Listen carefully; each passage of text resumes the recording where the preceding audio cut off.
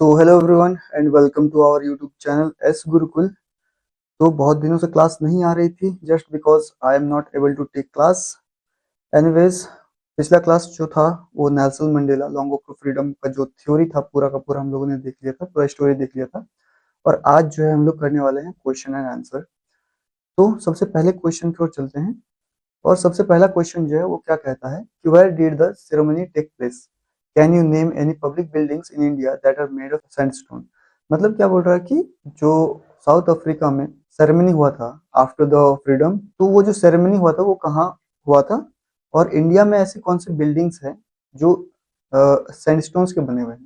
ठीक है, आंसर इसका है the ceremony took place in the union building amphi theatre in Pretoria, the capital of south Africa. वो जो सेरेमनी हुआ था वो कहाँ पे हुआ था? तो वो हुआ था यूनियन बिल्डिंग में, जो कि एक एम्पी थिएटर था वहाँ पे। ठीक है, वहाँ पे जो यूनियन बिल्डिंग है, जैसे इंडिया में है ना यूनियन बिल्डिंग, जिसको हम लोग क्या बोलते हैं, पार्लियामेंट बोलते हैं, उसी टाइप का। तो एम्पी थिएटर में हुआ था, यूनियन बिल्डिंग में हुआ था। तो कहाँ का था वो? तो प्रिटोरिया, जो कि साउथ अफ्रीका का उस समय पे कैपिटल हुआ करता था। ठीक है, उसके बाद पूछा can you name any public building in India that are made of sandstone? India में कोई ऐसा बिल्डिंग है जो कि सैंडस्टोन का बना हुआ है? तो बिल्कुल है। In India example of sandstone building including the red fort and the parliament house. तो इंडिया में जो है कौन सा बिल्डिंग ऐसा है? तो एक तो है रेड फोर्ट हम लोगों का, ठीक है, और दूसरा जो है वो क्या है, पार्लियामेंट हाउस, जो कि पुराना पार्लियामेंट हाउस था, ओल्ड पार्लियामेंट हाउस। ठीक है, जिसको हम लोग संसद बोलते हैं, अभी तो नया फिलहाल बन चुका है। ये दोनों के दोनों जो है ये सैंडस्टोन के बने हुए हैं, रेड सैंडस्टोन के बने हुए हैं। ठीक है, इसके बाद हम लोग जाते हैं दूसरे क्वेश्चन पे।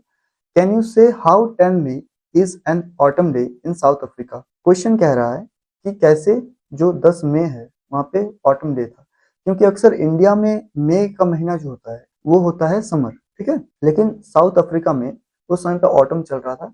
ऐसा क्यों था? मौसम में से चेंजेस क्यों था?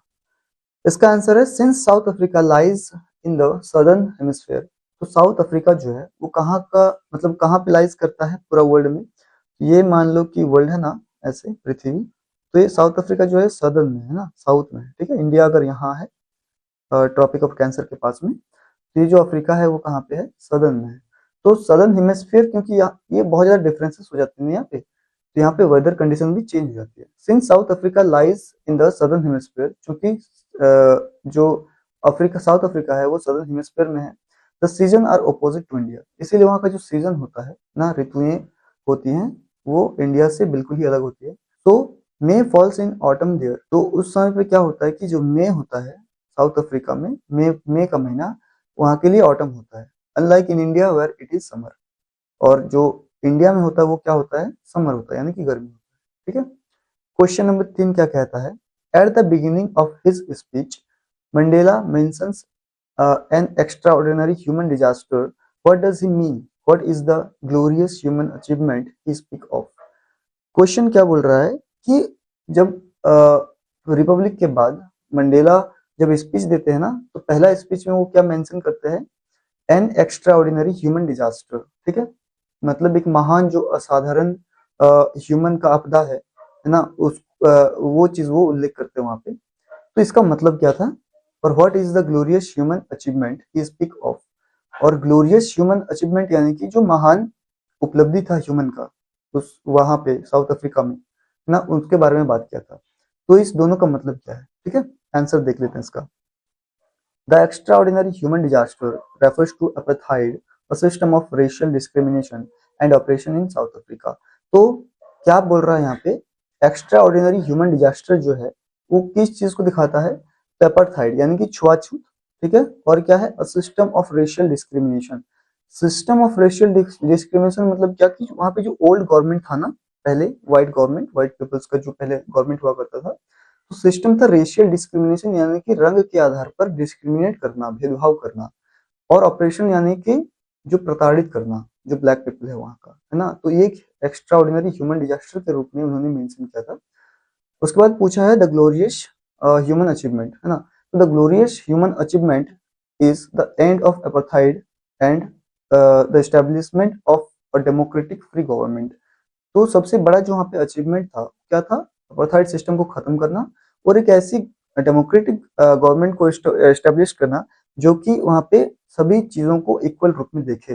जहाँ पे रेशियल डिस्क्रिमिनेशन ना हो। ठीक है, इसके बाद है question number 4, what does Mandela thank the international leader for, कि किन चीजों के लिए जो इंटरनेशनल लीडर वहां पे आए हुए थे उनको क्यों वो धन्यवाद देते हैं।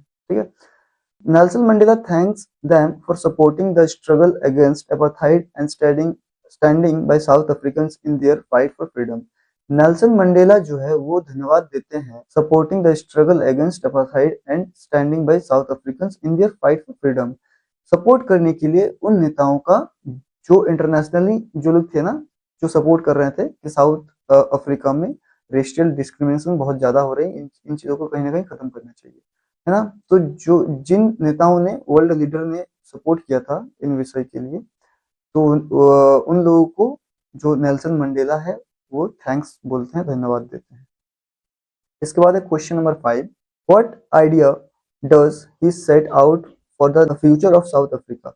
मतलब साउथ अफ्रीका तो आजाद हो गया मान लो, है ना, इसके बाद साउथ अफ्रीका का आगे कैसा फ्यूचर होगा। ठीक है, he hopes for a country where, कि वो एक ऐसा कंट्री चाहते थे जहाँ पे all people have equal rights, जहाँ पे सभी लोगों का जो है इक्वल राइट्स हो, समान अधिकार हो। देयर इज नो डिस्क्रिमिनेशन, जहाँ पे कोई डिस्क्रिमिनेशन ना किया जाता हो, कोई भेदभाव ना किया जाता हो रंग के आधार पर, जाति के आधार पर, धर्म के आधार पर। People live with dignity, peace and freedom, और जहाँ पे लोग जो है वो कैसे रह सकें, आत्मसम्मान के साथ रह सकें, शांति के साथ रह सकें और आजादी के साथ रह सकें। Question number 6, what do the military generals do, how has their attitude change and why. पहले पहले क्या था कि मिलिट्री जनरल्स जो होते थे वो क्या करते थे, मंडेला जैसे ही कुछ प्रोटेस्ट वगैरह करते थे ना, तो वो क्या करते थे, उनको जेल में जाके डाल देते थे ना। तो वही बोल रहा है कि मिलिट्री जनरल्स जो है वो क्या करते हैं और बाद में जाके उनका व्यवहार क्यों चेंज हो जाता है। ठीक है, आंसर देख लेते हैं इसका। The general salute Mandela and pledge loyalty, तो जैसे ही वहां पे गवर्नमेंट इलेक्ट होके आता है ना, वो चुन के आता है, तो जनरल्स जो होते हैं वहां पे, जो मिलिट्री ऑफिसर्स होते हैं, वो क्या करते हैं, मंडेला को सल्यूट करते हैं और शपथ लेते हैं वफादार होने का उनके लिए, है ना। अर्लियर दे सपोर्टेड अपार्थाइड, क्योंकि उस समय पे देखो अर्लियर पहले पहले वो लोग क्या सपोर्ट करते थे, जो जनरल्स थे वो अपार्थाइड को, अपार्थाइड सिस्टम को सपोर्ट करते थे, क्योंकि वहाँ का जो व्हाइट पहले ये था, मोनार्की था, तो वो लोग क्या चाहते थे, अपार्थाइड मतलब सिस्टम वो लोग लाए हुए थे, जिस वजह से उन लोगों को मजबूरन भी ये करना पड़ता था, है ना, जनरल्स को अपार्थाइड को सपोर्ट करना पड़ता था। But now they respect him, अब क्या हो जाता है, अब जो जनरल्स है वो मंडेला को रिस्पेक्ट करते हैं। क्यों रिस्पेक्ट करते हैं, because the system has changed, वहां पे अभी सिस्टम जो है बदल चुका है, जो कि अभी मोनार्की से डेमोक्रेसी आ गया है ना। And Mandela is the elected president, और मंडेला जो है वो वहाँ के इलेक्टेड प्रेसिडेंट बन चुके हैं पहले, है ना। इसी वजह से क्या करते हैं, उनका व्यवहार में चेंज हो जाता है।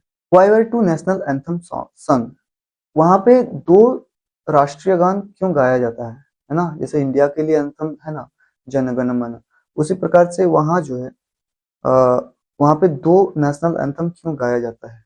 तो इसका आंसर क्या है, to represent unity and respect for both black and white, क्योंकि उस वहां पे क्या था, ब्लैक पीपल भी रहते थे और व्हाइट पीपल भी रहते थे। तो to represent unity and respect for the both black and white, दोनों वर्णों के जो लोग रहते थे सभी का यूनिटी और रिस्पेक्ट दर्शाने के लिए दो नेशनल एंथम गाया गया था, क्योंकि ब्लैक पीपल जो है वो अलग गाते थे, कुछ वो लोग अपना कुछ अलग नेशनल एंथम मानते थे, और व्हाइट पीपल जो है वो अलग कुछ मानते थे, है ना। Symbolising a new inclusive nation, और वो क्या सिंबलाइज कर रहा था कि एक नया जो है इंक्लूसिव नेशन, कि जहाँ पे कुछ ऐसा ऐसा नेशन बनाया गया है, नया नेशन जहाँ पे सभी चीजें बराबर रखी गई है। ठीक है, व्हाइट सिंगिंग नकोशी सिकेलेल आई अफ्रीका, जो व्हाइट पीपल थे वो क्या गाते थे, नकोशी सिकेलेल आई अफ्रीका, ये उनका नाम है, जैसे हम लोगों का जनगण मन है उसी प्रकार से। एंड ब्लैक सिंगिंग डायस्टिंग, और जो ब्लैक पीपल थे वहां पे तो डायस्टिंग वो लोग गाते थे। ठीक है, और डायस्टिंग जो है ये वहाँ का ओल्ड एंथम माना जाता है ना, रिपब्लिक ऑफ अफ्रीका का। ये सेम वही क्वेश्चन है, 8वां क्वेश्चन सेम वही क्वेश्चन है, केवल अलग से थोड़ा कुछ लिखा गया है। ठीक है, इसके बाद है 9वां question, question number 9, what does courage mean to Mandela, कि मंडेला के लिए जो साहस है उसका मतलब क्या है ना। इसका आंसर देख लेते हैं। To Mandela to Mandela courage does not mean the absence of fear, Mandela के लिए जो करेज यानी कि साहस था उसका मतलब ये नहीं था कि उसके अंदर में डर नहीं है, but the victory over it. उनके लिए साहस का एक्चुअली मीनिंग ये था कि कुछ अगर मतलब कुछ चीजों के लिए तुमको फाइट करना पड़े तो वो उन चीजों में तुम पीछे नहीं हटो, है ना। A man who is courageous is the one who has overcome his fear to fight all the odds. मतलब एक आदमी साहसी तभी होता है जब वो अपने वास्तविक विपत्तियों से वास्तविक विपत्तियों का सामना करता है। ठीक है। मंडेला के लिए करेजियस का मतलब वही था। Question number 10, which does he think is natural to love और टू हेट। कि मंडेला क्या सोचते थे, कौन सा नेचुरल है, लव का होना या हेटरेट का होना। ठीक है। तो कोई भी इंसान देखना जन्म से कोई किसी को घृणा नहीं करता, है ना। कोई भी इंसान जन्म से घृणा किसी को कर ही नहीं सकता, उसका अंदर से नेचुरली आएगा तो वो केवल लव ही आएगा, है ना। आंसर क्या है इसका, he believes love comes more naturally. वो मानते थे कि लव जो है, प्रेम जो है वो ज्यादा नेचुरली आता है ह्यूमंस में, है ना। As opposed to hate. Hate के मुताबिक जो लव है वो ज्यादा जल्दी आता है। No one is born with hatred. कोई भी जो आदमी है वो हेट्रेट के साथ पैदा नहीं होता है ना। In his heart for another. कोई भी आदमी जो है किसी के लिए दिल में घृणा रख के पैदा नहीं होता है। ठीक है। चलो यहीं पे हो गया सारा क्वेश्चन खत्म। बस यहाँ पे 10 क्वेश्चन ही था। आई होप तुम लोगों को ये क्वेश्चन समझ में आया होगा। और इस चैप्टर में से बहुत सारे क्वेश्चन पूछे जाते हैं, लेकिन जो इंपॉर्टेंट क्वेश्चन है उसको सारा मैंने कवर कर दिया है। ठीक है। उसको एक बार रिवीजन कर लेना और एक बार नोट्स इस सभी चीजों का बना लेना। आई होप तुम लोगों को ये क्वेश्चन और ये जो है वीडियो पसंद आया होगा। कुछ अगर डाउट रहा होगा तो कमेंट में जरूर बताना। Thanks for watching this video. तो बाकी मैं मिलता हूँ तुम लोगों से दूसरे वीडियो के साथ में, जो कि बहुत ही जल्द आने वाली है। और अब से जो क्लासेस है वो रेगुलर हो गई है। इतने दिन से क्लासेस नहीं आ रही थी क्योंकि कुछ इक्विपमेंट्स जो है वो मेरे खराब हो चुके थे, जिस वजह से क्लासेस नहीं आ रही थी। और जो टीचर हैं, टीचर का एक टीम बनेगा तभी क्लासेस पॉसिबल हो पाती हैं, लेकिन अनफॉर्चुनेटली अभी मेरे पास कोई टीम है नहीं। तो क्लासेस हो सकता है कि 1-2 दिन डिले आए, लेकिन क्लासेस आएंगी, रेगुलर आएंगी। और एग्जाम से पहले जितना भी सिलेबस है वो सारा का सारा कंप्लीट हो जाएगा। ठीक है।